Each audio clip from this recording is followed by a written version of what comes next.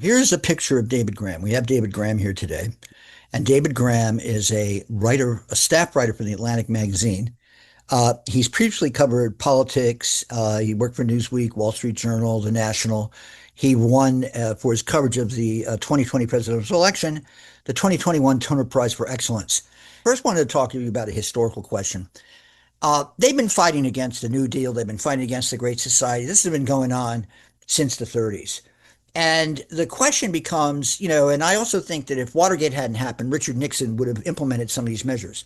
So what's unique about this time as opposed to those past times? I think that they have. I think there's two things. One is their imagination was fired by Trump, so there was a belief for a change that they could get things done that they had dreamed about for a long time, but that hadn't really been in reach. And I think the other thing is their willingness to pursue different methods. A lot of the ideas here are, things that they have been circulating for a long time. But there's whereas Heritage, shied away from what they would have described as big government for a long time. I think this is a really big government plan.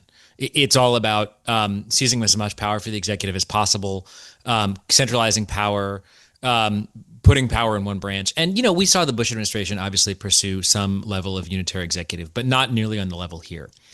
So I think it is that willingness to pursue big government and to put it in the service of this very Christian agenda. Those are the two things that set this apart from previous plans. Now, I've looked at a lot of the interviews you did, and everybody wants to start off with the four goals of the Project 2025.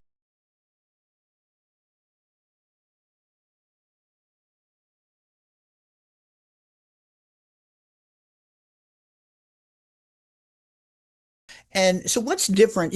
I read many years ago the 1981 mandate for leadership that was published for Reagan, because I was curious to see what the Heritage Foundation had to say. And so, what makes this unique? I mean, is it the time we're in? Is it the inflection point historically as our society? How do you see this? I think they have realized that Trump presents an unusual moment. And it's, two ways. One, Trump is able to get things done that other presidents would not. So, for example, his willingness and ability to just bowl over Congress. We haven't seen any president with that kind of power to just cow them. So that allows him to put a lot of things in place that he wouldn't otherwise. You can imagine Congress pushing back on some of these things because they're taking over congressional prerogatives.